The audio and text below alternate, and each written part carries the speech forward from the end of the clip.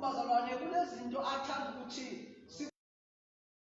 sikwazi lapho khona kungekho kufihlele ngaye noma akufihlileyo, kodwa that is why sibizelwe ebudodaneni obupheleleyo. Yayibona seyona sibizelwe ekubeni izindlalifa, sibizelwe ukungena ekamerweni eliphezulu lapho khona singafani njengengcebu, singafani njengabaqashwa, kodwa sifane nabantu abasekhaya, ngoba ikhabethe nekhabethe ngiyalazi linani. Nkosi yami, yonke indawo ngiyayazi ukuthi nana yikho into efihlakele. Yebo, onke amakamelo ngiyawazi anani ngelungelo kwavula. Zonke iy'khiya njengoba ethi nginikiwe amandla emhlabeni nasezulwini, nami nginikwe lawo mandla, ngoba sengiwanga ekhaya ufuna ngifike kuleyo level.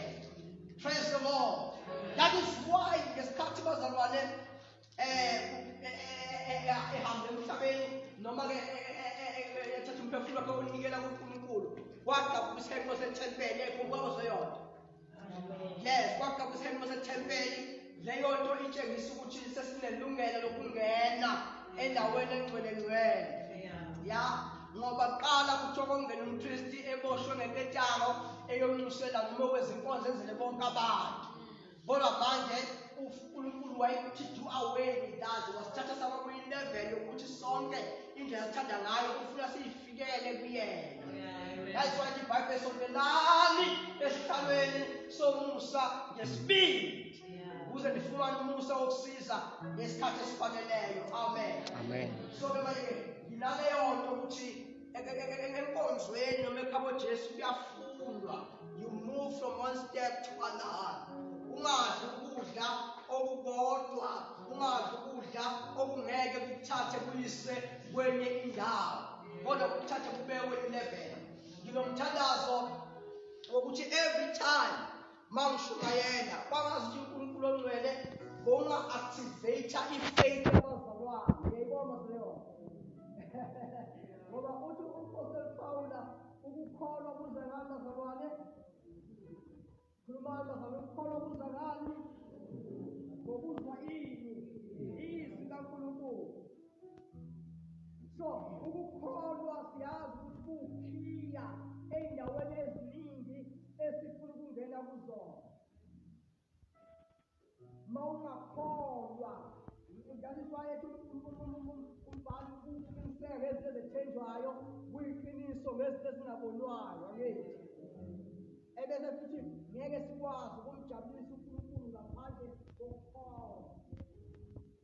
So manje ukuze manje abazalwane bathole le nto yokukholwa, kunento okufuna bayizwe, bese ukuzwa kwabo kukhulisa ileveli yabo yokukholwa.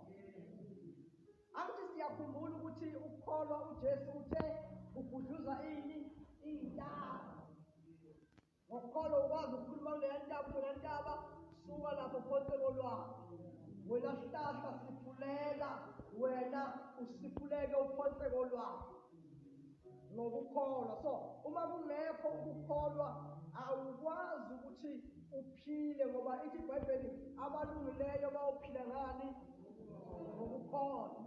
So awukwazi uba nokukholwa kungekho into oyizwayo njalo, ulokuyizwa njalo, ulokuyizwa. Ngekhathi uyizwa kudaleka ukukholwa kuwena. Ngekhathi kudaleka ukukholwa kuwena kuba nemiphumela yokukholwa. Glory to Jesus. Hallelujah. Ukukholwa iyabeka isandla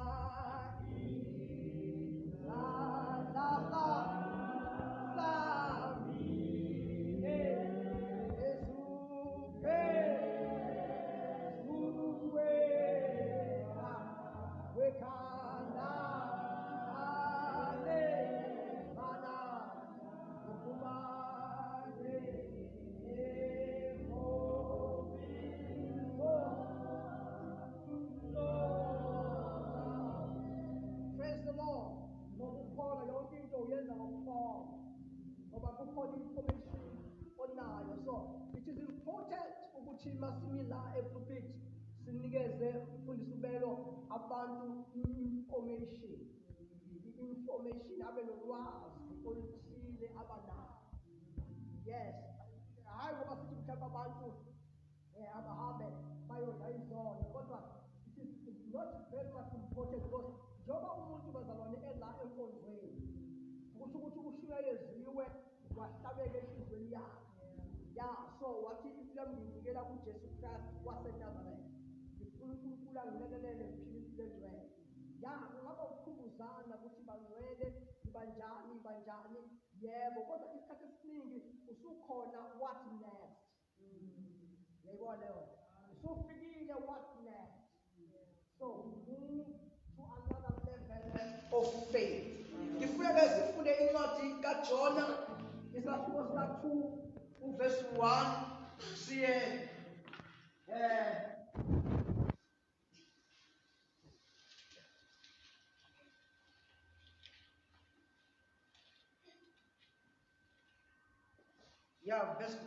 verse 1 siyoma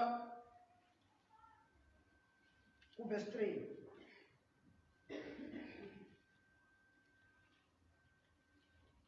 Siyoma ku-verse 3 sidlula amavesi lawo kuphela.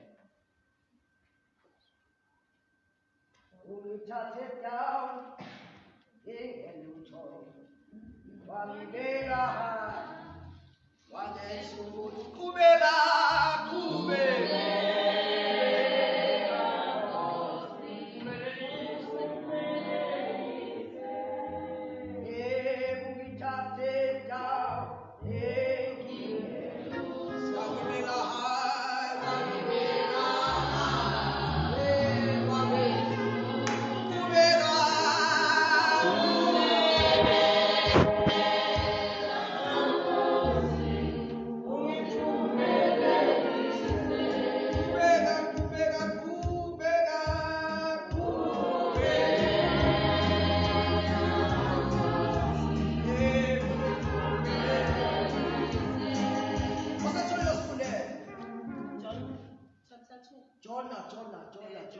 Yes, chapter 2, verse 1 to 3.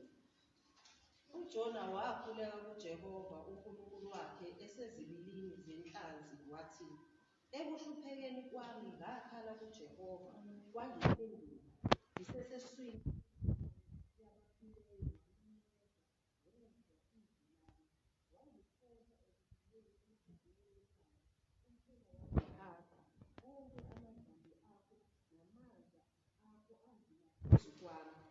ngathi mina ngiqoshiwe emehlweni akho, nokho ngiyakubuye ngibheke ithempeli lakho elingcwele. Yes, asimele lapho ku-verse 3. Praise the Lord. Baba wethu ongcwele, izwi lakho leli khuluma ngalo silalele ngoKristu Inkosi. Amen. Praise the Lord. Kungenzeka mhlawumbe ngubhore, mhlawumbe ngikhuluma isikhathi eside kakhulu, mhlawumbe ngikhulume ungacaci ngishonele nale, kodwa ngifuna ubambe into eyi-1. Isihloko esikhuluma ngaso, the belly of the fish. Praying in the belly of the fish. Ukuthandaza ezibilini zenhlanzi. Ukuthandaza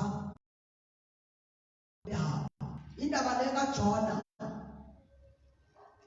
esiyazi sonke ukukhulunywa ngayo ukuthi wayekade ethunywe eNiniva, waqola yena phi, then ngokubona ukuthi umkhumbi wabo uyacwila kanjalo abanye baze bacabanga ukuthi no, akusasekukhishwa ney'ngubo manje ney'mpahla esinazo, mhlawumbe umkhumbi uyasindelwa. Wabuye wacabanga uJona ukuthi yimina umoshe yonke lento, wathi uthatheni niphotho lwakhe. Amen. Lisekhona bazalwane, endweleni izandla ngothi khona. Praise the Lord. Amen. Hallelujah. So ngesikhathi-ke bemphotsa-ke olwandle,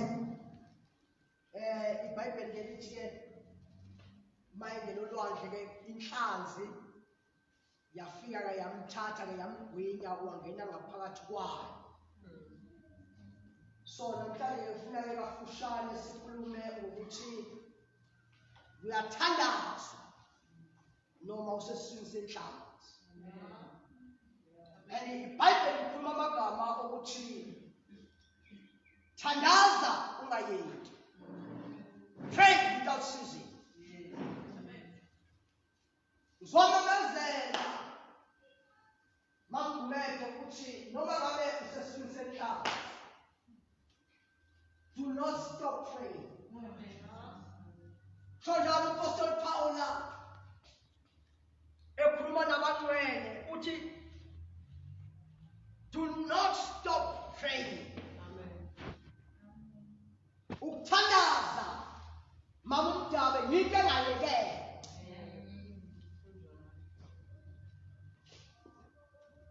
Lokubani ukhuluma lamagama ukuthi do not stop praying ngoba la engqondweni yami kunalento yokuthi kusho ukuthi uyabona ukuthi kunezinto ezingakwenza sisithuli ukuthi ungathandazi. Kube kukhulu ukuthi uthandaze. Ngoba sometimes ukuthandaza kumnandi uma izinto zonke ziflowa kumnandi. Ushaya uJesus wehla wenyuka ekamelweni lakho kumnandi kunjeyana uthi bayede ungcwela ngekho ongafaniswa nawe ungefaniswe nalutho emhlabeni ulungile. Usuthi nasesiswini konke kuhamba kahle. Nasenkonzweni behlonipha nasemphakathini bekushaya ihlombe yonke into imi kahle uzuphomele nabantu ukuthi ave ngithandaza. Ubona ngathi kunjena nje ave ngithandaza. Oh hallelujah. Ya ubona nje ukuthi nezingane zami ziyangihlonipha ngiyathandaza. Ubona ngazuthi nje kumnandi phakathi kwami nomyeni wami ngiyathandaza. Khomela abantu. Oh hallelujah. Waba uthandaza ibhede izinto. Uthandaza njalo. Ya ube ngazi nje hayi khona. Thandaza ufika la ufika ngathi akwenzeki ukuthi akunyakaze isitutho. But hayi khona hayi ngoba ngiyathandaza nje.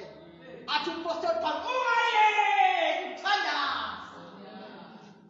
Thank you Jesus. Ngaza kubona umhlabela Jesu ayeli. Uthandaza. Yebo inkosi inamandla. Inkosi inamandla.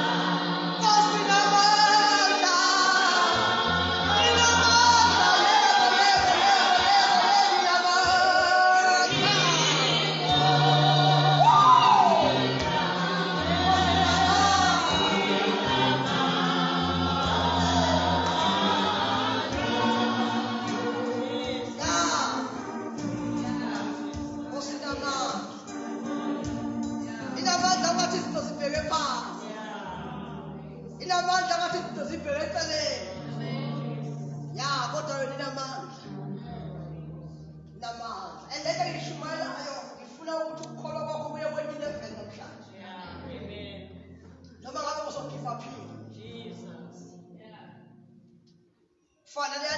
eyagula iminyaka ewu-38